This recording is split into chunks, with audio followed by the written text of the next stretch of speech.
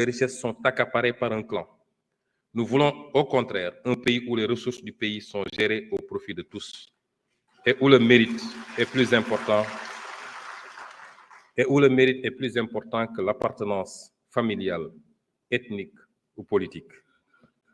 La cinquième rupture consacre le passage d'une gestion centralisée à outrance à une logique de gestion déconcentrée, une logique, disons, territorialisée. En effet, notre ambition pour le Sénégal ne pourra être réalisée sans une gestion plus proche des territoires. Faire reculer le centralisme au profit de la gestion de proximité. Notre action sera dès lors de procéder à de profondes réformes en matière de décentralisation, de fiscalité et de gestion budgétaire, entre autres, afin de libérer le potentiel de notre terroir. Au sein de ces pôles, les villes épicentres seront au cœur de la nouvelle stratégie. Elles bénéficieront d'investissements conséquents en matière d'eau et d'assainissement, d'électrification, de gestion des déchets, d'infrastructures de transport et numérique, et j'en passe. Dans la même foulée, la décentralisation sera approfondie en renforçant les compétences, les capacités et les moyens financiers des collectivités territoriales. La charte de la déconcentration sera intégralement mise en œuvre afin de rapprocher l'administration des usagers du service public. La sixième rupture consiste à bannir la logique d'accaparement au profit d'une minorité, au profit d'une logique d'équité et de justice. La reddition des comptes, puisque c'est de là qu'il s'agit, ne doit plus être perçue comme une exception aux règles de gestion de la chose publique, mais plutôt comme un principe de transparence et une exigence de gouvernance. Nous nous inscrirons dans ce cadre aussi bien pour l'audit de l'utilisation des fonds publics antérieurement à notre arrivée au pouvoir que pour la gestion des affaires publiques durant les années de notre gouvernance.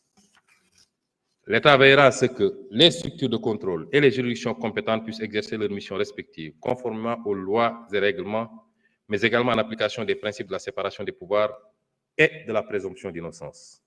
Nous mettrons ainsi en œuvre les conclusions des assises de la justice et en faire l'objet de consensus et poursuivrons les consultations et le dialogue pour bâtir un pacte social durable. Nul ne pourra désormais se prévaloir d'une proximité partisane pour accéder à des faveurs indues ou se protéger de sanctions méritées. Chaque talent national sera promis en ne tenant compte ni de son origine, ni de sa religion, ni de son appartenance partisane. Enfin, la septième rupture implique le passage d'une administration bureaucratique à une administration moderne et performante. L'administration doit être le fer de lance de la conduite du changement auquel nous invite le chef de l'État. Elle sera plus attentive et orientée vers la satisfaction de l'usager. Le clientélisme y sera aboli, conformément à l'invite du chef de l'État aux agents de l'administration. Chaque agent de l'État, à quelque niveau qu'il soit, devra faire sien le nouveau paradigme d'une administration performante et moderne. À cet effet, le gouvernement engagera les réformes idoines pour doter les services administratifs de capacités humaines qualifiées et motivées, ainsi que des moyens de fonctionnement liés, tout en amplifiant la lutte contre le gaspillage dans les dépenses courantes. La corruption et la concussion seront combattues sans faiblesse, en commençant par accélérer l'automatisation des procédures administratives. Nous avons déjà entrepris de bâtir une administration publique autour des principes de probité et d'intégrité, autour du Djoub, du Djoubel et du Djoubbanti. Monsieur le Président de l'Assemblée nationale, honorables députés, après vous avoir rappelé ces principes et après vous avoir dressé l'état des lieux, vous avoir rappelé les 7 principes qui vont fonder notre logique de rupture, nous allons faire quelques développements sur le cap 2025-2029. Les ruptures que je viens d'évoquer guideront notre stratégie opérationnelle pour les 5 prochaines années. Pour cela, notre premier devoir est de traduire la vision du chef de l'État de façon concrète, pour qu'elle soit partagée et que chaque Sénégalais soit fier d'en parler, soit fier chaque jour d'y apporter sa pierre. D'abord, un Sénégal souverain sera une réalité tangible si nous nous en donnons les moyens en matière économique, énergétique, alimentaire, pharmaceutique, scientifique, technologique et sécuritaire. Un Sénégal juste repose sur une véritable paix sociale, une nation où règne la justice, l'équité, l'unité et la cohésion nationale. Un Sénégal prospère implique de tripler le revenu par habitant pour rejoindre la catégorie supérieure des pays à revenus intermédiaires. Et cette ambition sera réalisée grâce à une croissance annuelle minimale de 6,5% sur 25 ans qui transforme qualitativement la vie des populations. Croissance inclusive, s'entend, et une croissance endogène également. Monsieur le Président de l'Assemblée nationale, honorables députés, l'agenda national de transformation se décline en 4 axes, à savoir, premier axe, une économie compétitive. Deuxième axe, un capital humain de qualité et l'équité sociale. Troisième axe, un aménagement et un développement durable. Et enfin, quatrième axe, une bonne gouvernance et un engagement africain. Pour réussir ces axes, il y a des prérequis indispensables. Les conditions de succès de cette vision reposent sur des prérequis relatifs à la présence d'un État stratège, sachant anticiper les mutations, sachant planifier les actions, sachant réguler efficacement et dans la transparence les politiques publiques. Ces prérequis ne sont toutefois pas des conditions suffisantes dans le cas des pays en développement comme le Sénégal, fortement dépendants des flux de financement et d'investissements étrangers. Il leur faut impérativement résoudre cette problématique de dépendance en relevant sensiblement leur capacité de mobilisation de ressources internes au travers de la politique fiscale, l'approfondissement du marché du crédit bancaire et du marché financier, mais surtout la promotion de mécanismes alternatifs de financement. Concernant la politique de relèvement sensible des recettes de l'État, la fiscalité, il ne faut pas que les Sénégalais en aient peur, parce qu'elle est la base et le soutien de toute action politique et de toute capacité à relever l'offre de biens et services publics. La fiscalité est certainement le maillon le plus important de la politique budgétaire. Cependant, le Sénégal peine à mobiliser de manière optimale les recettes fiscales, principal instrument de financement souverain. Aujourd'hui, nous sommes à un taux de pression fiscale d'un peu moins de 18%, en deçà donc du ratio de 20% fixé par le critère de convergence de l'UEMOA. Notre ambition est d'atteindre et de maintenir un taux de pression fiscale supérieur ou au moins égal à 20%, ce qui correspondrait à des recettes additionnelles de plusieurs centaines de milliards annuels. Ce résultat est largement à notre portée si notre système fiscal et notre administration fiscale et nos administrations fiscales et douanières qui l'exécutent sont purgées des tares qui plombent leur action. Il s'agit notamment de juguler le phénomène incontrôlé des niches fiscales avec son corollaire mal ou sous-évalué de perte de recettes. Monsieur le Président de l'Assemblée nationale, honorables députés, dans le cadre de l'ambitieuse réforme fiscale que je propose, mon gouvernement s'engage ici et maintenant à formuler et à mettre en œuvre des mesures fortes de rationalisation des dépenses fiscales afin de réduire progressivement l'impact des exonérations sur la mobilisation des recettes, tout en restaurant des marges budgétaires pour le financement de notre politique économique et sociale. Notre politique fiscale conciliera le besoin de mobilisation des recettes fiscales à la politique de promotion des investissements dans le pays. Pour relever ce défi, le Sénégal procédera à l'évaluation d'impact économique et social des avantages fiscaux au-delà des évaluations budgétaires habituelles. Aujourd'hui, l'analyse des données sur les dépenses fiscales donne l'impression d'une générosité sans contrôle de l'État, pour des résultats dont l'efficacité n'est pas démontrée. Ces dépenses évaluées sur la période 2019-2022 s'élèvent à 2232 milliards de francs CFA. Cet exercice devrait être un instrument de pilotage permettant d'apprécier l'efficacité et l'efficience des dépenses fiscales. Ainsi, nous élargirons l'assiette, nous élargirons le périmètre de l'évaluation des dépenses fiscales, c'est-à-dire celui des mesures recensées et évaluées, à travers l'audit exhaustif de toutes les mesures tendant à baisser le poids de la fiscalité pour une activité économique ou une catégorie socio-professionnelle de citoyens contribuables. Une nouvelle matrice des mesures dérogatoires devra être dressée à fin décembre 2025. Le gouvernement travaillera également sur la rationalisation des exonérations relatives, premièrement à l'impôt sur les sociétés des cimenteries, l'impôt sur le revenu, notamment par une réactualisation du barème progressif, aux consommations de la tranche sociale des livraisons d'eau et d'électricité, pour ne viser que les consommateurs les plus défavorisés. Les nombreuses conventions fiscales conclues par le Sénégal seront également examinées. Au terme des divers recoupements, à ce jour, le Sénégal disposerait de 18 conventions fiscales bilatérales en vigueur. Cette politique est un véritable boulevard à la fraude et à l'évasion fiscale. C'est pourquoi, conformément aux directives du président de la République, nous procéderons au retrait du Sénégal de toute convention bilatérale avec un paradis fiscal et renégocierons les clauses défavorables des conventions conclues avec des États à fiscalité normale lorsque ces conventions nous sont défavorables. Nous lancerons le chantier de la rationalisation des mesures dérogatoires éparpillées dans plusieurs textes, le Code minier, les zones franches industrielles, le régime d'entreprise France d'exportation, le Code pétrolier, le Code des télécommunications, le Code des investissements, et le rapatriement dans un seul corpus, qui est le Code général des impôts, qui sera un chantier prioritaire.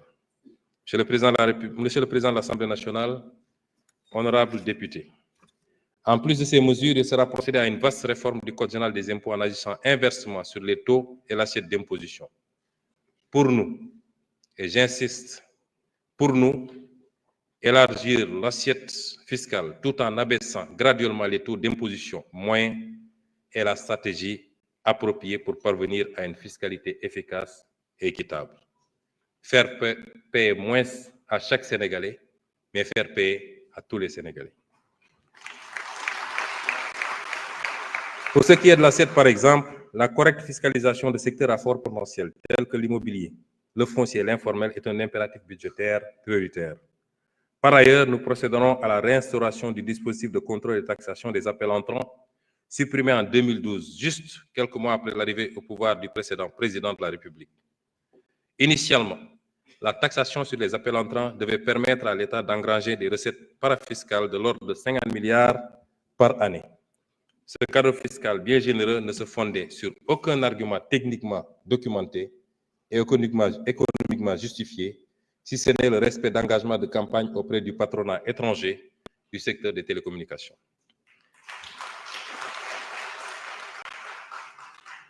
Ce renoncement a fait perdre au Trésor public des centaines de milliards, minimum 600 milliards de 2012 à 2024.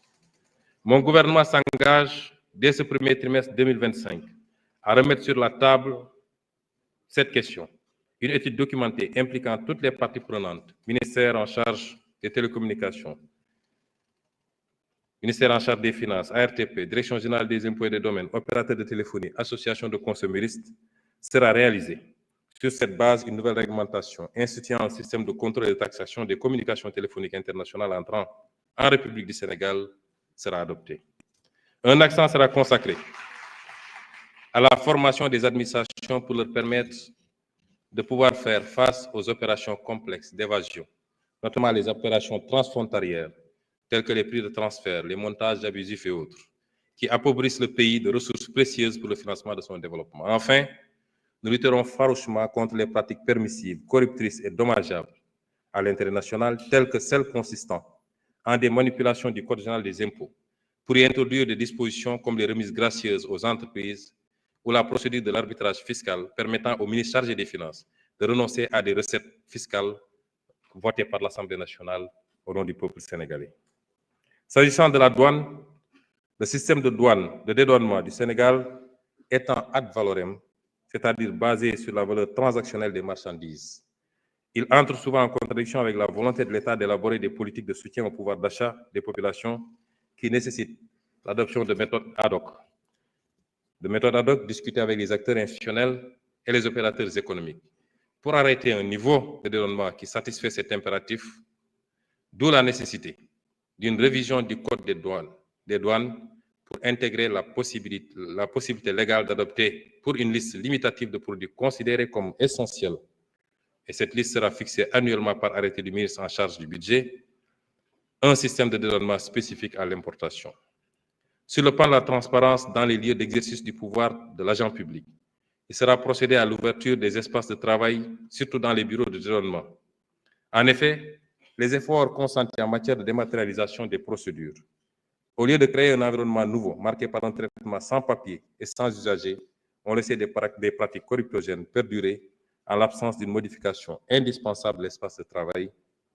Pourtant, un pays voisin comme la Gambie a adopté le système des open space pour les agents chargés du traitement et de la vérification des déclarations dans les bureaux de dédouanement. Les chantiers ambitieux en matière de digitalisation des procédures douanières et des formalités du commerce extérieur vont être accompagnés d'une réforme des structures qui les portent, notamment les bureaux de dédouanement hérités de la colonisation et ne répondant plus aux exigences modernes du service à l'usager. Nous renforcerons le programme de modernisation de l'administration des douanes, le PROMAD, particulièrement dans ses aspects surveillance du territoire douanier et lutte contre la criminalité transnationale, l'environnement sécuritaire et la recrudescence des divers trafics justifient la montée en puissance d'une administration dont le champ d'action est la frontière.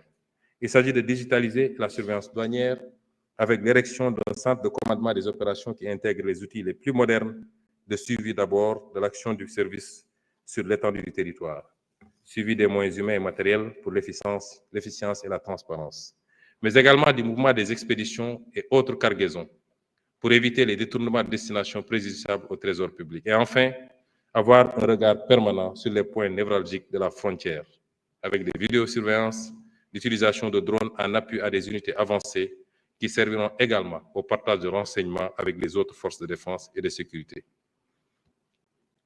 Mon gouvernement fera le nécessaire pour mobiliser et mettre en place le financement nécessaire à cet ambitieux projet déjà ficelé. La rationalisation du train de vie de l'État constitue un autre pilier important du travail gouvernemental. Les dépenses relatives au train de vie de l'État représentent en 2024 16% du PIB et 53% des dépenses totales de l'État, ce qui laisse peu de marge pour la prise en charge des investissements publics. S'agissant de la masse salariale, il sera réalisé un audit du secteur public ainsi que du régime indemnitaire. Il y est recherché plus de performance, mais également plus de transparence et plus d'équité dans les recrutements, les promotions et les traitements salariaux. Toute proposition de recrutement de nouveaux personnels devra être accompagnée d'une fiche d'évaluation du besoin, en identifiant clairement la valeur ajoutée créée, considérant les ressources disponibles.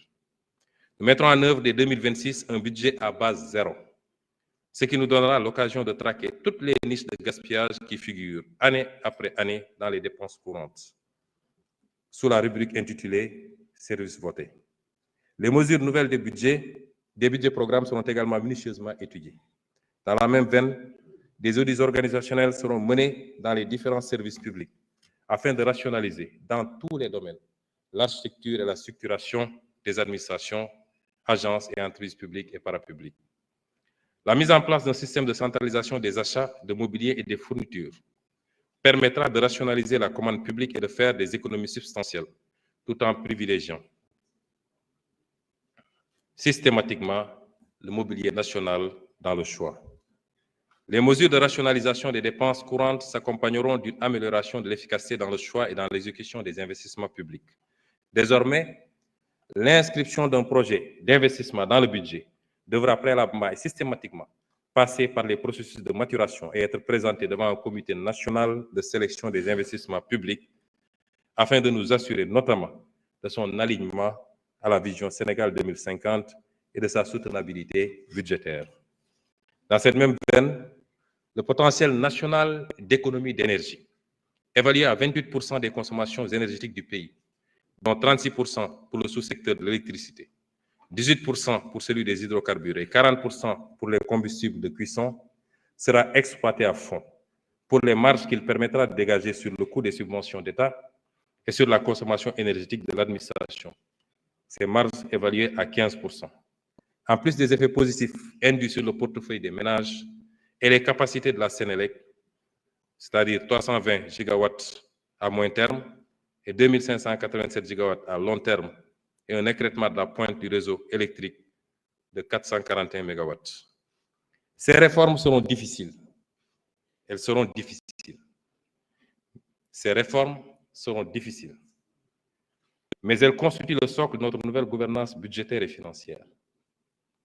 Elles nous permettront de nous projeter dans une nouvelle trajectoire budgétaire qui alliera une consolidation progressive vers un déficit budgétaire de 3% dans un horizon d'au maximum 3 ans.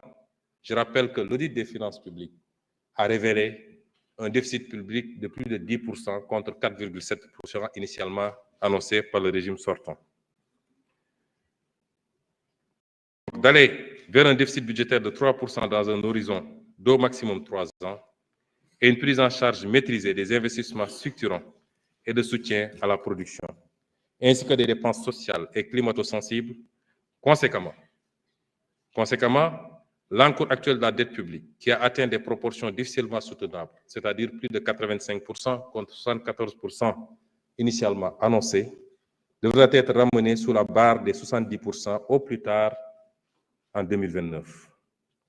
Monsieur le Président de l'Assemblée nationale, honorables députés, je demeure convaincu qu'il ne peut y avoir de développement sans investissement domestique en monnaie locale. Il ne peut pas y avoir de développement sans investissement domestique en monnaie locale. C'est fort de ce constat que mon gouvernement compte faire de la promotion des mécanismes innovants de financement le principal levier de mobilisation de ressources domestiques auprès des ménages, des entreprises non financières et des investisseurs institutionnels. En ce qui concerne les ménages, la stratégie de mobilisation des financements nécessaires à l'exécution des programmes et projets, la stratégie nationale de développement 2025-2029, intégrera l'intérêt à susciter auprès des Sénégalais pour leur participation financière à l'effort de transformation structurelle. À cet égard,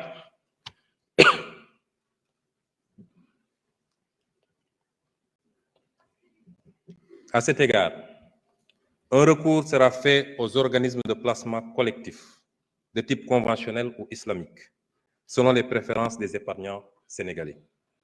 Ces OPC pourront souscrire à des obligations et sukuk dits patriotes. Les gens ont parlé de diaspora bond, mais notre horizon, c'est de toucher tous les Sénégalais. C'est pourquoi il faudra migrer vers les patriotes bonds.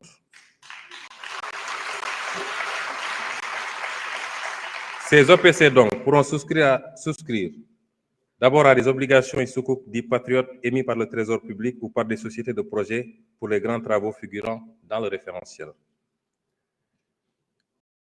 Ils pourront souscrire à des actions de sociétés publiques ou parapubliques, soit dans le cadre de la constitution de leur capital social, de leur augmentation ou de l'ouverture de leur capital social. Ils pourront également souscrire au rachat d'une partie des actions détenues par des entités étrangères dans les sociétés de droit sénégalais dans le cadre de la politique de souveraineté nationale. Nous allons accompagner tout ça par des propositions de loi, parmi lesquelles une proposition de loi sur la souveraineté économique qui sera certainement très bientôt sur la table de l'Assemblée nationale. Pour les personnes physiques disposant de capacités substantielles d'épargne et les entreprises sénégalaises désireuses de se positionner dans la participation au financement des grands travaux d'investissement, des opérations de souveraineté économique, telles que les rachats de parts d'entreprises étrangères, ou dans la souscription aux augmentations de capital et à la cession de parts de capital de l'État dans les entreprises publiques et parapubliques, il leur sera offert la possibilité de participer à des fonds d'investissement alternatifs. Concernant les investisseurs institutionnels publics nationaux, l'accent sera mis sur l'épargne longue qu'ils détiennent en la canalisant dans le financement des programmes de la stratégie nationale 2025.